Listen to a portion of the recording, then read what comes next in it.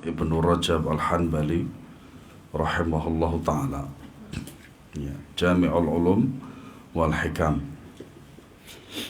Kalau diterjemahkan kumpulan ilmu-ilmu dan hikmah, ya. Dan ini terdapat 50 hadis. 50 hadis. Aslinya ini adalah Arba'in Nawawi, kemudian disempurnakan menjadi 50. Makanya hadis pertama sampai hadis ke-42, ya, itu sama persis dengan Arba'in Nawawi. Ya, kemudian oleh Imam Ibnu Rajab, ya, kemudian disempurnakan menjadi 50. Yang disarikan oleh Syekh Muhammad Ibn Sulaiman Al-Muhanna. Ya. Ummahat, ada yang belum megang? Berapakah? Oh, 1. Ikhwannya berapa nih? 2.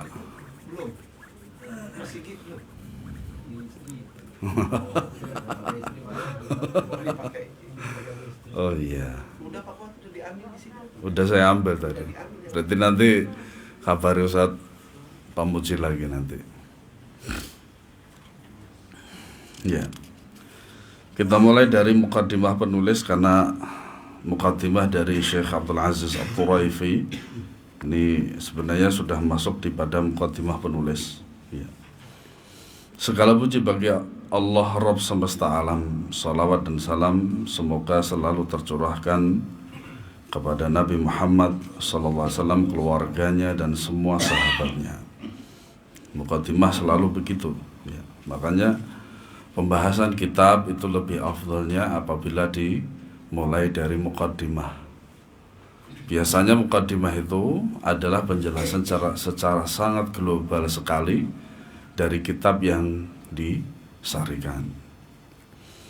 Buku ini adalah ringkasan Jami'ul Ulum wal Hikam, karya Imam Al-Hafidh Ibnu Rajab Al-Hanbali.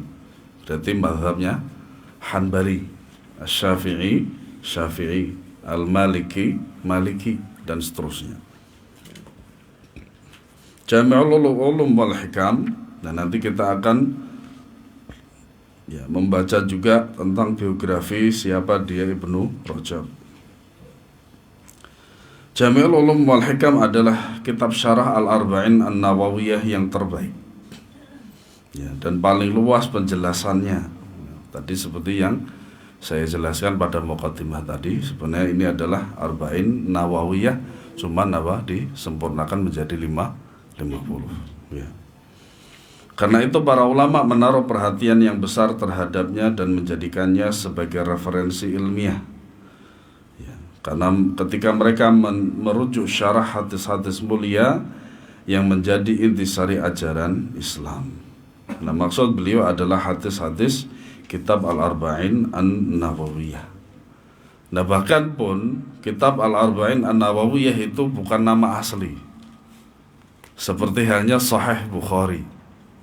Sahih Bukhari itu bukan nama asli, ya.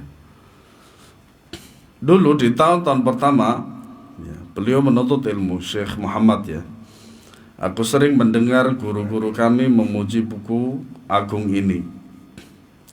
Kitab ini mengandung ilmu yang luas dan berharga, karena yang telah meletakkannya adalah seorang imam, seorang hafidh, ya.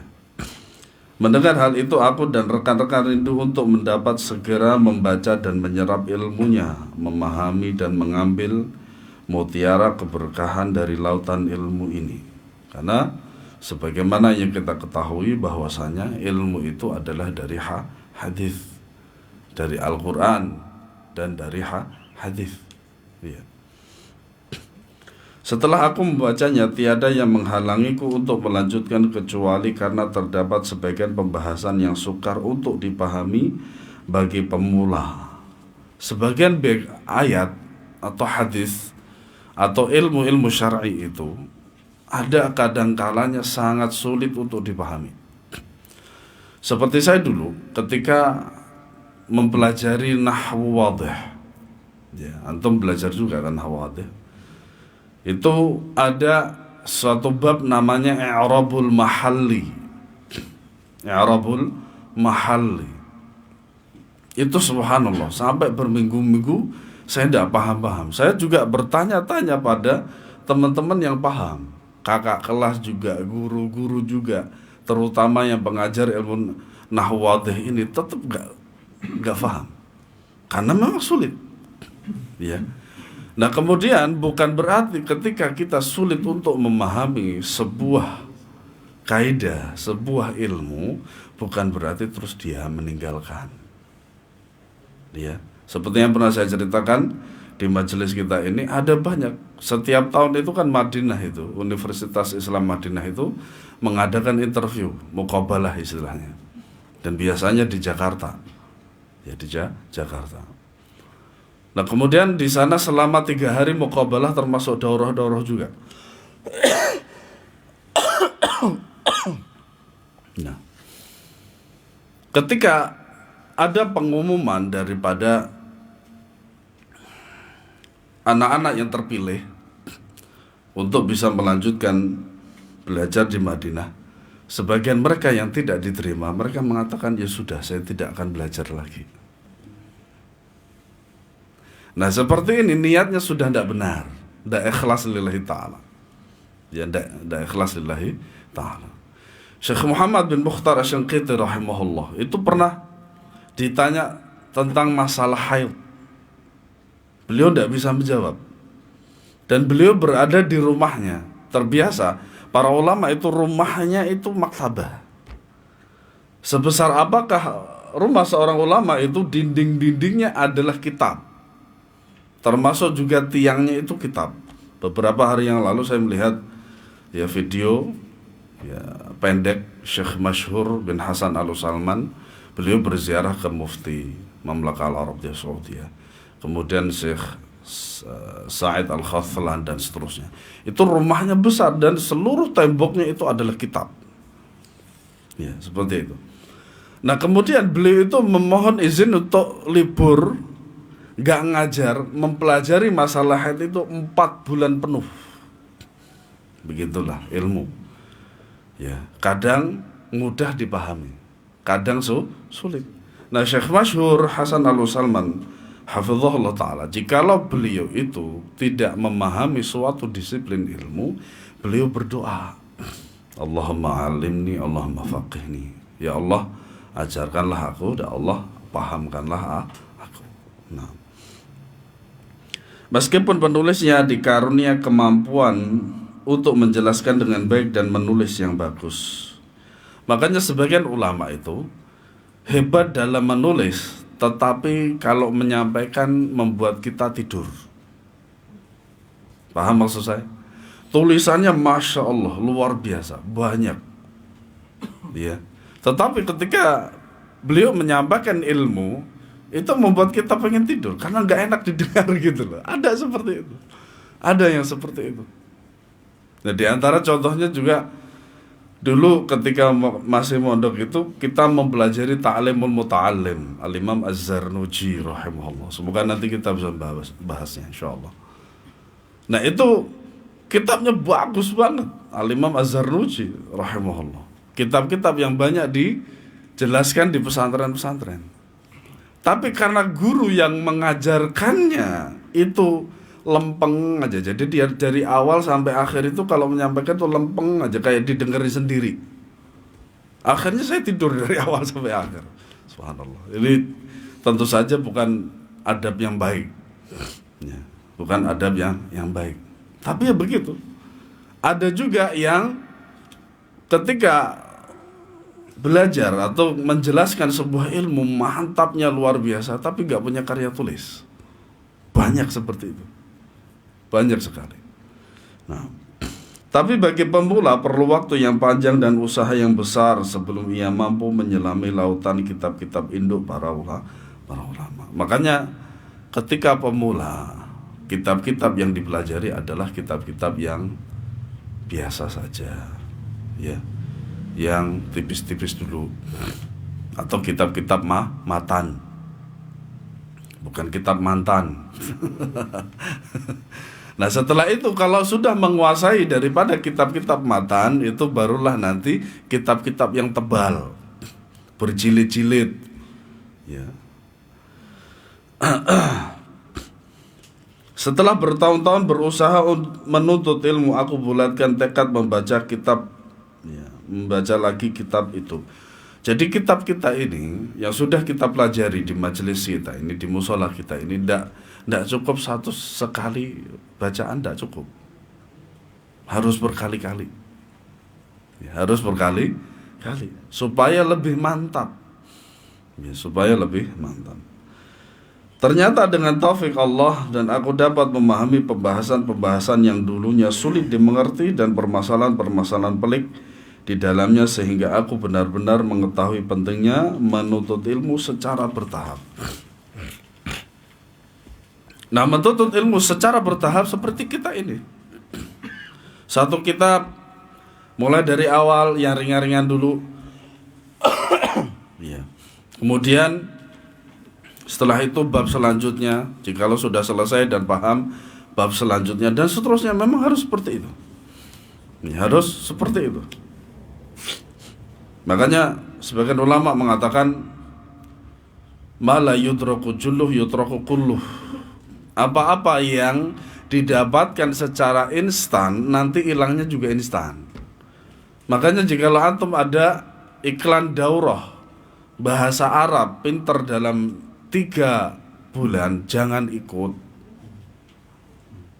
Jangan ikut. Karena apa? Perlunya bertahap itu seperti kita mengukir di atas batu. Ya. Satu pelajaran dipahami, ditadaburi, kemudian diamalkan dan kemudian dipraktekkan. Itu. Seperti itu. Ya. Setelah aku menyadari hal itu dan mengetahui bahwa banyak di antara saudara-saudariku para pencinta ilmu yang tidak diberi kemudahan untuk menghadiri majelis ilmu para ulama besar, belajar sekolah-sekolah agama, atau tidak memiliki kesabaran dalam membaca kitab-kitab besar.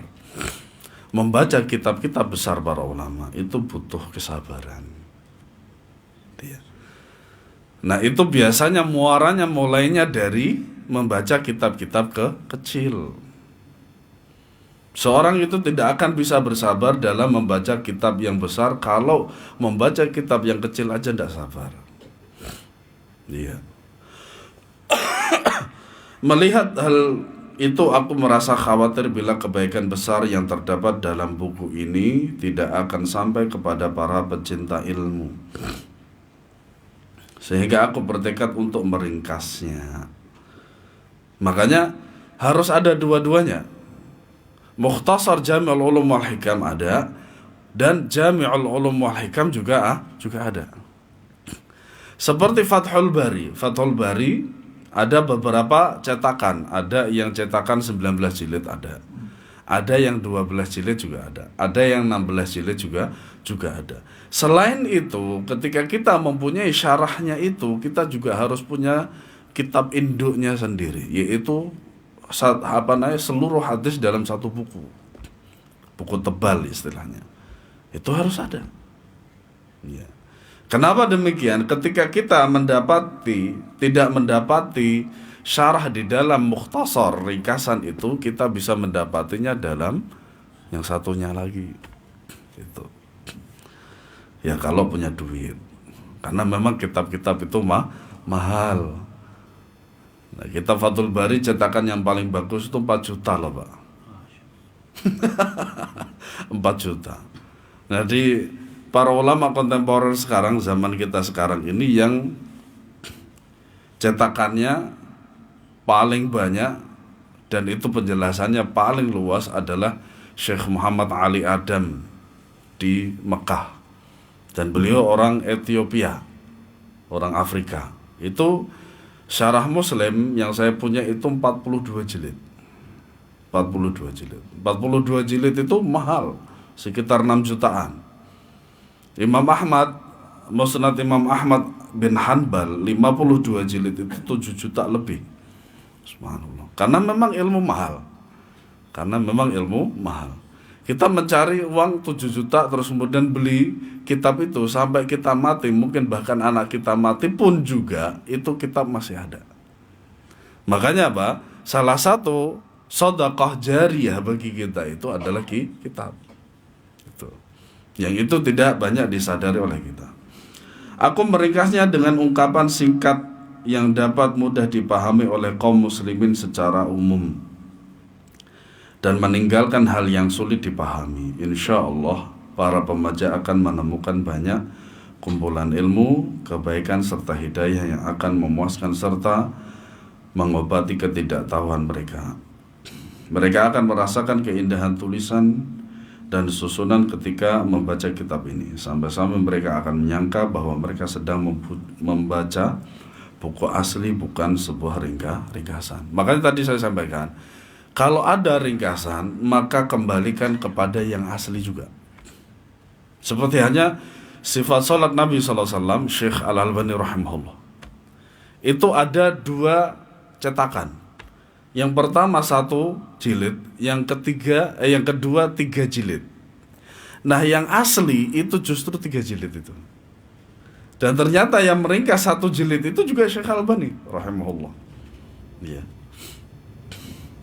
Di samping meringkas, aku juga memberikan takhrij hadis-hadis penjelas dan menyebutkan pendapat para ulama terhadap derajat hadis-hadis itu. Nah inilah salah satu keuntungan ketika kita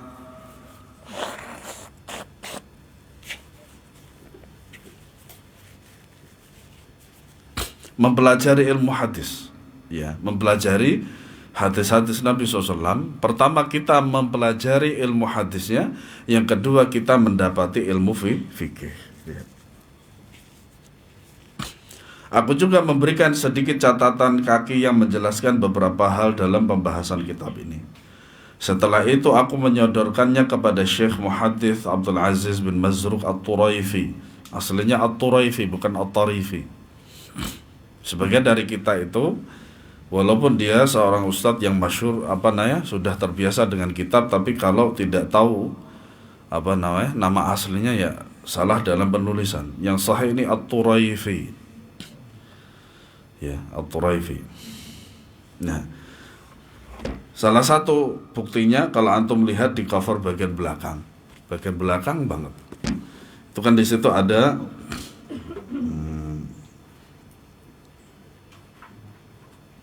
ya itu. Karenanya Syekh Abdul Aziz bin Mazruq At-Turaifi, seorang ulama ahli hadis yang paling bawah. Itu yang sahih. Ya, bukan At-Tarifi, At-Tarifi bukan. Sebagian kita juga ada yang salah. Muhammad Al-Arifi. Muhammad Al-Arifi dibaca dengan Al-Uraifi, padahal salah. Ya, padahal salah. Dan memang Syekh Abdul Aziz At-Turaifi ini masih muda, ulama muda, tapi beliau seorang muhaddits, ahli hadis Saudi Arabia. Terima kasih kepadanya karena telah berkenan memberikan kata pengantar, beberapa penjelasan tambahan serta meneliti catatan kakinya. Semoga Allah membahas jasanya kepadaku dan kepada para pembaca sekalian dengan kebaikan yang berlimpah. Biasanya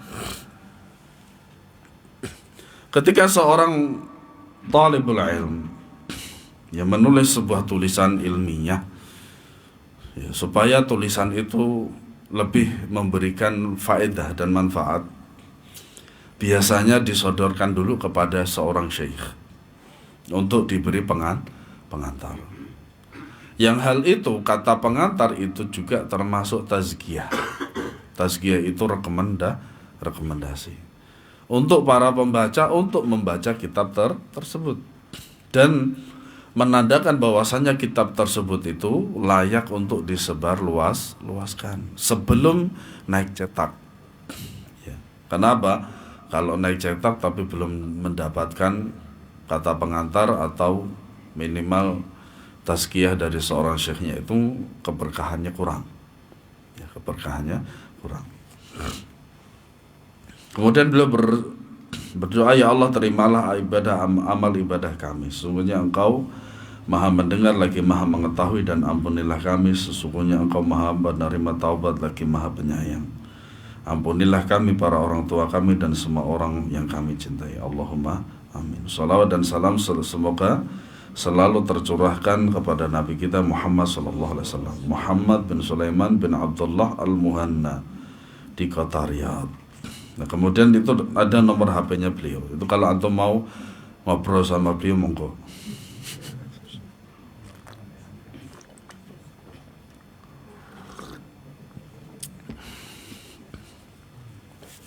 Banyak para ulama memang sengaja untuk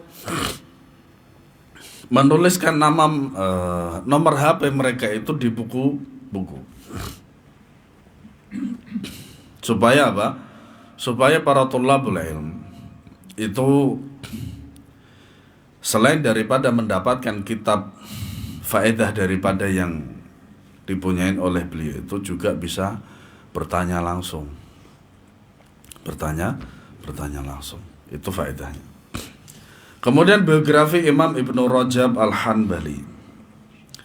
Beliau adalah seorang imam al-hafidh, al-faqih, al-mutafannin, ya, menguasai berbagai bidang ilmu. Sama seperti kita. Kan gak mungkin kita di musola kita ini hanya sekedar mempelajari nahwu terus-seterusnya, mempelajari fikih seterusnya. Enggak. Pasti kita mempelajari banyak bidang ilmu. Hari Senin tafsir, hari Selasa ya fikih, hari Rabu, dan demikian juga hari-hari yang lain. Atau kita mengikuti kajian-kajian di luar dari musola kita ini. Ya, kita banyak mempelajari ilmu. Nama lengkapnya adalah Abdurrahman. Jadi Ibnu Rajab nama aslinya adalah Abdurrahman bin Ahmad, bapaknya Ibnu Rajab, dan berarti nama kakeknya. Al-Baghdadi dari Baghdad, Irak, Ad-Dimashqi, Damaskus, Suriah. Artinya apa? Beliau lahirnya di Baghdad, kemudian hijrah ke Damaskus. Ya. Al-Hanbali, mazhabnya Hanbali. Beliau salah satu ulama panutan secara keilmuan, bukan kelimuan ya. Itu salah tulis. Keilmuan. Untung tidak ditambahin nan gitu, kelimunan. Ya, jadi saya teringat jadi es limun atau es limun. Itu es paling enak gitu. Ya.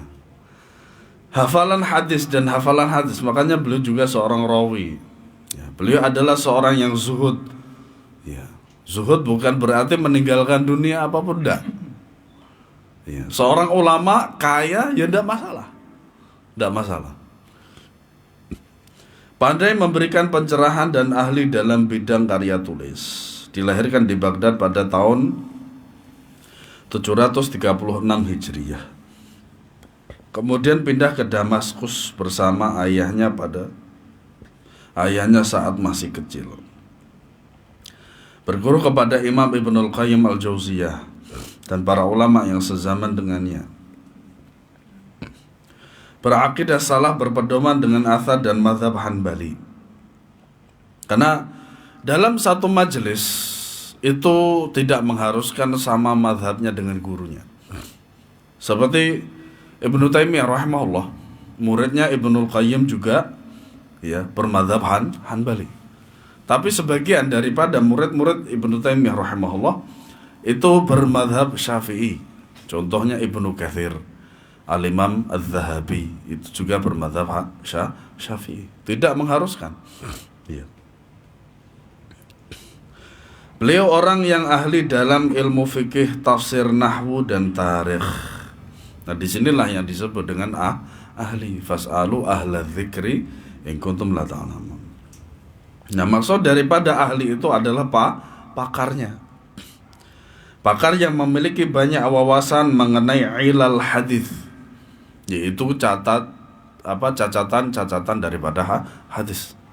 Makanya Al-Imam At-Tirmidzi rahimahullah ta'ala punya kitab Syarah Ilalit Tirmidzi namanya. Artinya apa?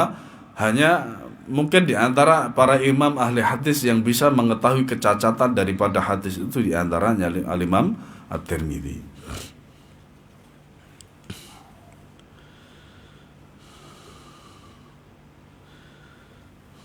Banyak wawasan mengenai ilal hadis, sanad dan para perawinya. Beliau menulis banyak kitab yang kemudian menjadi rujukan utama dalam bidangnya. Di antaranya adalah Fathul Bari Syarah Sahih Al-Bukhari. Kitab ini lebih dahulu ditulis daripada Fathul Bari karya Al-Imam Ibnu Hajar. Ya. Makanya Al-Imam Ibnu Rajab itu syarah hadisnya daripada Bukhari itu lebih dahulu dan kemudian juga lebih pendek. Kalau kita lihat bahwasanya Fathul Bari itu yang paling kecil itu ada 12 jilid, kalau Ibnu Rajab ini mungkin sekitar 6 sampai 8. Ya. Telah ditulis penjelasannya sampai pada kitab Al-Janaiz, jadi belum sampai selesai. Ya. Dan di antara kitab-kitab itu sampai kepada kita ada 10 jilid dengan pemaparannya berkualitas dan sangat bagus. Nah, ini yang ditemui oleh Syekh Muhammad Al-Muhanna. Dan di antara kitab-kitab beliau itu Syarah Sunan At-Tirmidzi, yang sebagaimana disebutkan oleh Al-Hafidz Ibnu Hajar rahimahullah bahwa kitab ini terdiri dari 20 jilid. Akan tetapi yang sampai kepada kita hanya 2 jilid, yaitu Syarah Ilal At-Tirmidzi. 2 jilid doang. Ya. Kemudian kitab Taqrirul Qawaid wa Tahrirul Fawaid, yang lebih dikenal dengan Qawaid Ibnu Rajab, salah satu kitab fikih yang sangat mengagumkan, terdiri dari 4 jilid. Dan ini terdapat sebuah cerita yang menarik sekali. Syarah Qawaid Ibnu Rajab itu disyarah oleh Syekh Abdurrahman Ibn Nasir Sa'di rahimahullahu ta'ala di Jami' Unaizah, yang kemudian menjadi Jami' Syekh Ibnu Sa'di, kemudian menjadi Jami' Ibnu Uthaymin. Nah, Qawaid Ibnu Rajab ini adalah kitab yang lumayan sulit, istilahnya high class. Ada yang kitab-kitab itu mudah dipahami matan-matannya, tulisan-tulisannya, bahasa-bahasanya mudah. Ada juga yang sangat sulit. Usul fikih, kalau antum mempelajari kitabnya Syekh Uthaymin, Syekh Sa'di, itu lebih mudah daripada kitab usul fikihnya Al-Imam Asy-Syafi'i Ar-Risalah. Ya. Kenapa demikian? Di antaranya karena bahasanya. Nah, Ar-Risalah Al-Imam Syafi'i ini sastranya sangat tinggi sekali. Sementara Syekh Utsaimin rahimahullah ta'ala bahasanya mudah.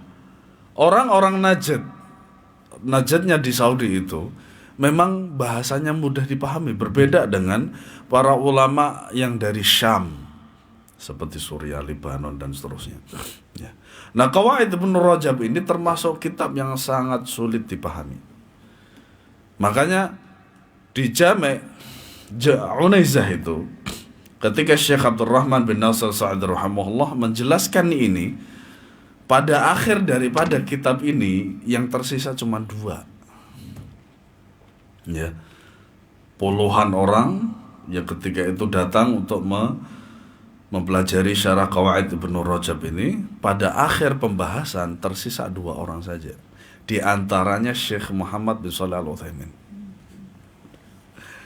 Makanya apa? Kata Syekhul Islam rahimahullah ta'ala, istiqomah itu ya lebih baik dari 1000 karamah. Ya, lebih baik daripada 1000 karamah. Sehingga sabar sampai menyelesaikan kitab. Ya, sampai menyelesaikan kitab. Nah, kemudian setelah itu barulah Syekh Ibnu Utsaimin rahimahullah ta'ala diberi apel oleh Syekh Sa'di. Saya lupa tahunnya berapa, dan itulah pertama kali Syekh Ibnu Utsaimin rahimahullah tahu yang namanya apel. Jadi ketika beliau mengerti tentang tufah, ya, Kosakata bahasa Arab dari apel adalah tufah atau tufahah, dan kemudian setelah itu barulah beliau mendapatkan buah tersebut. Ya. Di antaranya juga adalah Lataiful Ma'arif. Kitab ini merupakan rujukan utama dalam pembahasan mengenai perayaan-perayaan dan ibadah-ibadah yang berkaitan dengan waktu. Seperti Ramadan itu amalannya apa saja, Syawal itu apa saja, Rabiul Awal itu apa saja. Makanya bulan Rabiul Awal itu saya katakan panen duit. Paham maksud saya? Setiap acara paling tidak minimal 5 juta. Sopo sira gelem. Tapi ya begitu. Nanti siap-siap untuk diusir dari telaga Nabi SAW. Kemudian Jami'ul Ulum wal Hikam, syarah hadis Arba'in Nawawiyah yang terdiri dari 2 jilid. Dan kitab ini merupakan salah satu kitab yang paling agung dan paling masyhur dalam Islam. Beliau wafat pada tahun 795 Hijriah dalam usia 59 tahun. Masih muda. Kalau takarannya orang Arab ini masih muda. Karena biasanya orang Arab itu mereka wafatnya pada umur 80 tahun. Ya, 80 tahun. Ya. Tapi Masya Allah, gurunya aja lebih muda dari beliau wafatnya, yaitu Ibnu Taimiyah. Umur 38, kalau enggak 42. Wallahu a'lam. Al-Allamah Ibn Nasiruddin Ad-Dimashqi rahimahullah berkata, orang yang menggali lahat Ibnu Rajab memberitahu bahwa Syekh Ibnu Rajab mendatanginya beberapa hari sebelum kematiannya. Ya. Lalu berkata kepadanya, galilah kuburan untukku di sini, seraya menuju arah tempat di mana ia dikuburkan. Orang itu berkata, aku pun menggali lubang untuknya. Ketika aku selesai menggalinya, ia turun ke dalam kubur dan berbaring di dalamnya. Ia menyukai lubang itu dan berkata, ini bagus. Kemudian beliau keluar.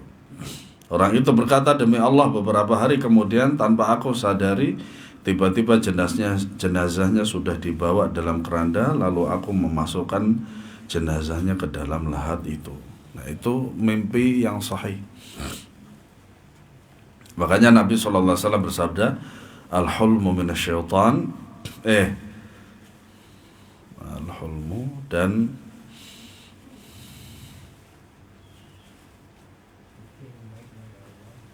ar-ru'ya minallah wal hulmu minasyaitan. Ya. Mimpi yang sahih itu adalah dari Allah. Dan mimpi yang buruk itu dari syaitan. Nah, semoga kita bisa mengambil faedah. Tapi sebenarnya ini terlalu ringkas sebenarnya. Terlalu ringkas. Nah, kita kalau ingin melihat biografinya secara meluas itu, di antara kitab yang membahasnya itu adalah Syiar A'lamin Nubala, karya Al-Imam Az-Zahabi rahimahullah ta'ala. Sebanyak 25 jilid insyaallah ta'ala. Ya. Kita masuk ke hadis yang pertama, dan saya usahakan untuk setiap pertemuan itu satu hadis insyaallah ta'ala. Ya. Hadis yang pertama, an Umar radhiyallahu anhu qala sami'tu Rasulullah sallallahu alaihi wasallam yaqul innamal a'malu binniyat wa innamal likulli imri'in ma nawa faman kanat hijratuhu ila Allah wa rasulihi fahijratuhu ilallahi wa rasulihi wa man kanat hijratuhu lidunya yusibuha aw imra'atan yankihuha fahijratuhu ila ma hajara ilaihi. Dari Umar radhiyallahu anhu, ia mengatakan, aku mendengar Rasulullah SAW bersabda, sesungguhnya amalan itu hanyalah tergantung niatnya, dan setiap orang hanya mendapatkan apa yang diniatkannya. Barang siapa yang berhijrah kepada Allah dan Rasulnya, maka hijrahnya kepada Allah dan Rasulnya. Barang siapa berhijrah karena dunia yang ingin diraihnya atau wanita yang ingin dinikahinya, maka hijrahnya sesuai dengan apa yang diniatkan. Sesuatu yang buruk tidak akan diulangi oleh hadis. Ya. Tetapi sesuatu yang baik akan diulangi. Contohnya di situ, faman kanat hijratuhu ilallahi wa rasulihi fa hijratuhu ilallahi wa rasulihi, itu. Sesuatu yang buruk tidak diulang. Wa man kanat hijratuhu lidunya yusibuha min imra'atin yankihuha, maka tidak diulang lagi, fa hijratuhu ila ma hajara ilaihi. Tidak diulang, fa hijratuhu ila dunya yusibuha aw imra'atan yankihuha, enggak. Itu menandakan bahwasanya kebaikan itu memang harus selalu diingat, keburukan jangan diingat. Hadis ini diriwayatkan sendirian oleh Yahya bin Sa'id Al-Ansari dari Muhammad bin Ibrahim At-Taimi, dari Alqamah bin Waqqas Al-Laythi, dari Umar ibn Khattab. Nah, ini sanad hadis. Ya, sanad hadis yang sampai kepada Imam Bukhari dan Muslim. Jadi yang pertama sanadnya adalah Umar ibn Khattab setelah Nabi SAW. Kemudian yang kedua Alqamah bin Waqqas Al-Laythi. Ketiga Muhammad bin Ibrahim At-Taimi. Keempat Yahya bin Sa'id Al-Ansari. Kemudian yang kelima adalah Imam Bukhari atau Imam Muslim. Nah, itu runtutan daripada sanad. Hadis ini tidak memiliki jalur riwayat yang sahih selain jalur ini, sebagaimana yang dikatakan Ali ibnul Madini dan selainnya. Makanya hadis ini adalah hadis ahad, yang orang-orang jamaah tabligh atau orang-orang Mu'tazilah tidak menerima hadis ini. Ya, hadis ahad itu tidak diterima oleh mereka. Ya, betapa banyak hadis-hadis sahih yang bahkan mutawatir yang sampai kepada kita yang notabene-nya adalah ahad yang tidak diterima oleh mereka.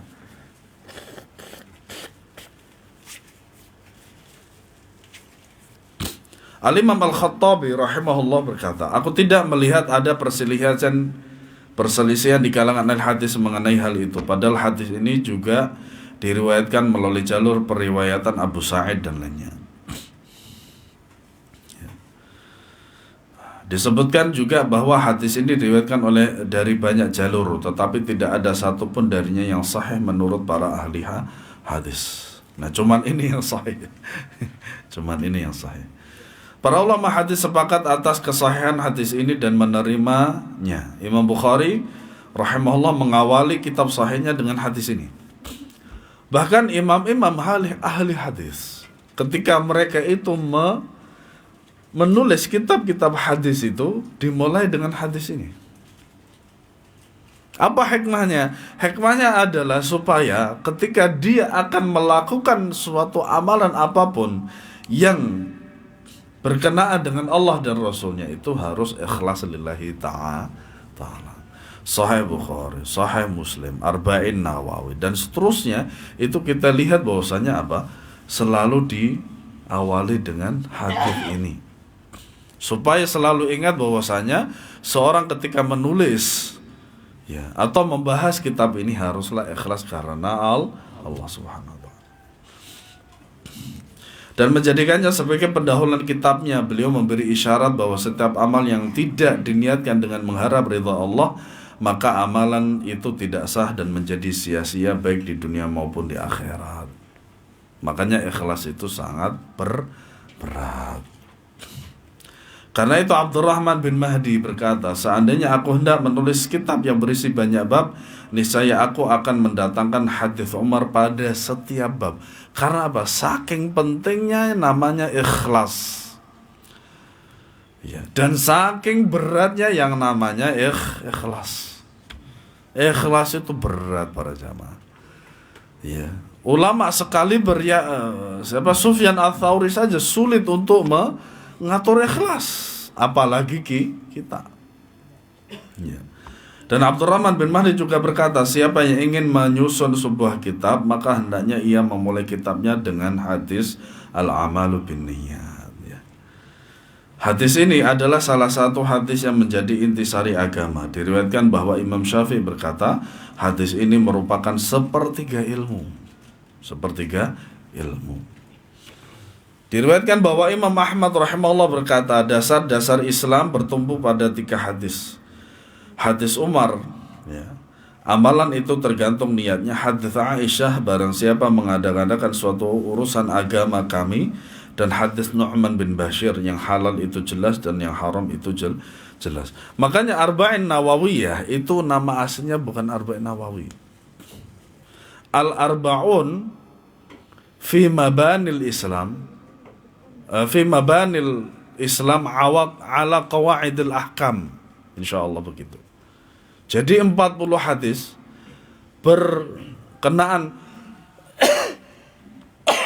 berkenaan dengan kaidah-kaidah Islam, dengan hukum-hukum, ya, di atas hukum-hukum Islam. Itu nama aslinya Arba'in Nawawi.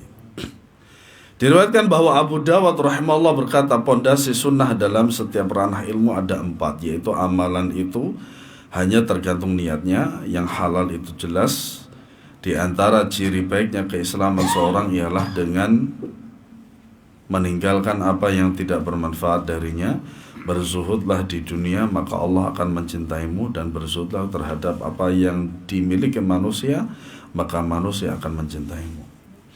Al-Hafidh Abdul Hasan Tahir bin Mufayyiz Al-Mu'afiri Al-Andalusi rahimahullah memiliki bait syair, Umdatuddin indana kalimatun arba'un min kalami khairil bariyah, ittaqi syubhat wazhud wada' ma laisa yaghnika wa'malanna biniyah. Sandaran agama menurut kami ada 4 kalimat dari ucapan manusia terbaik Rasulullah SAW, yaitu jauhilah syubhat, yaitu Nu'man bin Bashir, innal halala bayyinun wa innal harama bayyinun fa bainahuma umurun mushtabihat. Kemudian zuhudlah wazhad, ya, kemudian tinggalkanlah apa yang tidak berguna bagimu, ya. Min husni islamil mar'i tarkuhu ma la ya'nihi, itu hadisnya. Wa amalanna binniyah, innamal a'malu binniyat. Nah, ini tentang penjelasan daripada innamal a'malu binniyat. Ini kita tidak bahas semua, ya, karena kita sudah pernah membahas ini. Artinya apa? Atau mungkin nanti kita bahas untuk ke depan kalinya juga sampai selesai, insyaallah ta'ala, ya. Sabda Nabi, innamal a'malu binniyat, sesungguhnya amalan itu hanyalah tergantung niatnya. Dalam riwayat yang lainnya dengan lafaz al-a'malu binniyat, amalan itu tergantung niatnya. Kedua riwayat ini menunjukkan hasar, pembatasan. Maksudnya adalah setiap amalan kepada niatnya, sehingga niatnya baik ia dapat menjadi amal soleh, akan tetapi jika niatnya buruk maka ia mendapat dosa. Sebagaimana menurut pendapat yang benar, ya, para ulama berbeda pendapat dalam menafsirkan sabda Nabi SAW, amalan itu tergantung niatnya. Kenapa bisa terjadi perbedaan pendapat? Pertama adalah karena perbedaan masa, itu. Kedua, sampainya ilmu, terutama kaidah-kaidah ilmu yang sampai kepada dia. Gitu. Ketiga, dalil-dalil yang dia gunakan bisa jadi salah. Gitu. Banyak faktor, ya. Kebanyakan ulama mutaakhirin berpendapat bahwa tafsirnya adalah amalan itu menjadi sah, diakui atau diterima karena niatnya. Apabila mengacu kepada penafsiran ini, maka yang dimaksud dengan amalan dalam hadis ini hanyalah amalan syar'i yang membutuhkan niat. Ingat, amalan syar'i, bukan amalan bid'ah. Ya. Makanya kalau antum perhatikan di media massa itu kan lagi rame-ramenya. Kenapa? Ada yang ya itu tadi saya katakan, ada pembela maulid dan ada yang membatalkan maulid. Itu rame. Ya tidak apa-apa. Kalau rame harus rame sekalian, gitu loh. Karena apa? Untuk mencari kebenaran, bukan mencari pembenaran. Gitu. Sedangkan sebagian ulama lainnya berpendapat bahwa amalan yang dimaksud dalam hadis ini adalah setiap amal perbuatan secara umum tanpa mengkhususkan suatu amalan pun. Apabila mengacu kepada pendapat ini, maka bisa dikatakan penafsirannya menjadi amalan itu terjadi karena adanya niat. Dan bisa jadi tafsir dari sabda Nabi SAW, amalan itu hanyalah tergantung niat adalah bahwa setiap amalan baik yang buruk, ya, maupun yang baik yang tertolak maupun yang diterima akan diberi ganjaran pahala ataupun yang diberi ganjaran, semuanya tergantung niatnya.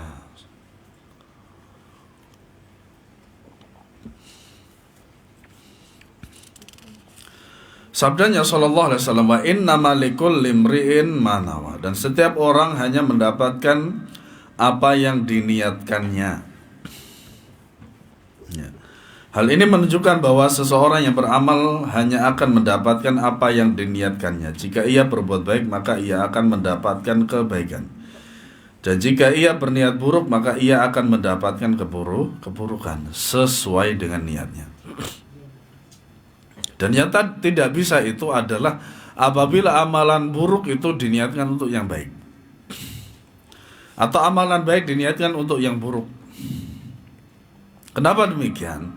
Karena setiap amalan baik itu punya niatnya, dan setiap amalan buruk itu punya niatnya. Artinya semuanya sudah pada porsinya. Menurut pendapat para ulama, niat memiliki dua makna. Yang pertama, pembeda antara suatu ibadah dengan ibadah lainnya, seperti pembeda antara sholat zuhur dengan asar, sama-sama 4 rakaat. Dan pembeda antara puasa Ramadan dengan puasa lainnya, atau pembeda antara amal ibadah dengan perbuatan biasa, seperti yang membedakan antara mandi junub dengan mandi biasa yang bertujuan untuk menyegarkan dan membersihkan tubuh. Jikalau mandi junub adalah untuk membersihkan junubnya itu, hadas besarnya itu, maka dia mendapatkan pahala. Tetapi kalau hanya sekedar untuk membersihkan tubuh supaya segar, yang tidak dapat pahala. Yang kedua, pembeda tujuan dilakukannya suatu perbuatan. Apakah ia dilakukan untuk Allah semata atau untuk selainnya, ataukah untuk Allah dan selainnya. Makanya ada 3 istilah niat. Pertama untuk Allah, kedua untuk orang yang lain selain daripada Allah Subhanahu wa ta'ala, yang ketiga untuk Allah dan untuk selain Allah. Ya. Niat dengan makna inilah yang banyak dibahas oleh para ulama salaf terdahulu. Niat dengan makna ini pula yang banyak disebutkan dalam Al-Quran tanpa menggunakan kata niat, yaitu menggunakan kata-kata yang memiliki makna mendekatinya. Adapun kata niat dalam hadis dan juga perkataan salafus saleh maka banyak sekali disebutkan. Makanya hadis itu adalah penjelas daripada Al-Quran. Apa-apa yang kita dapati di dalam Al-Quran secara global, maka kita bisa mendapatkannya secara terperinci di dalam hadis. Sebagaimana yang terdapat dalam kitab Sahihain, yaitu Sahih Bukhari dan Muslim. Dari Sa'ad bin Abi Waqqas radhiyallahu anhu bahwa Nabi SAW bersabda, "Innaka lan tunfiqa nafaqatan tabtaghi biha wajha Allah illa uthbita 'alaiha hatta luqmata taj'aluha fi imra'atik." Tidaklah engkau memberikan sedekah demi mendapatkan ridha Allah, melainkan engkau akan diberi pahala karenanya. Bahkan makanan yang engkau suapkan ke mulut istrimu. Ya. Nah, ini diantara salah satu hadis yang membuat para suami istri itu semakin cinta. Ya. Diriwayatkan bahwa Zubaid Al-Yami berkata, "Sungguh aku benar-benar menyukai bila aku dapat meniatkan kebaikan dalam setiap perbuatanku, bahkan walau urusan makan dan minum." Masya Allah. Ya. Bahkan makan dan minum saja itu ikhlas lillahi ta'ala. Ya. Diriwayatkan juga bahwa ia berkata, "Niatkanlah kebaikan dalam setiap urusanmu, bahkan jika engkau hanya sekedar ingin pergi ke tempat pembuangan sampah." Subhanallah. Karena memang agungnya sebuah niat.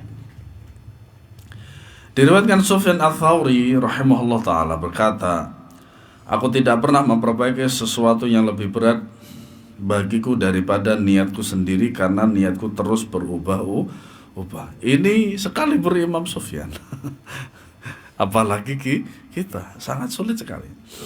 Ya. Ibnul Mubarak, yaitu Abdullah ibnu Mubarak berkata, betapa banyak perbuatan sepele yang berubah menjadi besar karena niat, dan betapa banyak perbuatan besar berubah menjadi tak berharga karena niat. Ya, karena niat, semuanya niat. Ya. Ketika Al-Fudail bin Iyad rahimahullah menjelaskan firman Allah Ta'ala, liyabluwakum ayyukum ahsanu amala, ya, untuk mengujimu siapa di antara kalian yang paling baik dan amal ibadahnya, beliau berkata yang paling ikhlas dan paling benar. Beliau juga menjelaskan amal ibadah yang dikerjakan dengan ikhlas namun tidak benar maka tidak diterima. Ya, seperti bid'ah. Bid'ah apapun, seikhlas apapun seorang melakukannya, melaksanakannya, maka tidak diterima oleh Allah. Kenapa? Syarat yang kedua tidak terpenuhi. Dan jika amalan benar namun tidak ikhlas, maka tidak diterima. Ya, sholatnya benar, subhanallah, tapi niatnya untuk dipuji, ya tidak diterima oleh Allah Subhanahu wa ta'ala. Hingga amal itu dilakukan dengan ikhlas dan benar.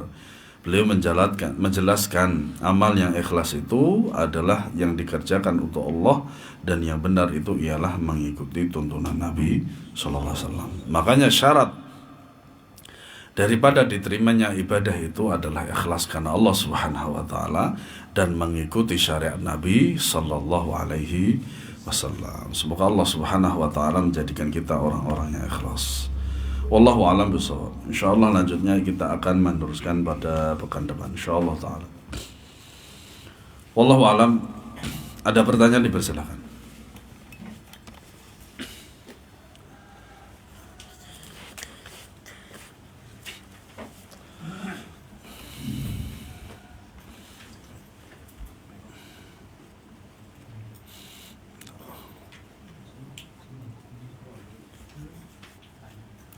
Matiin aja.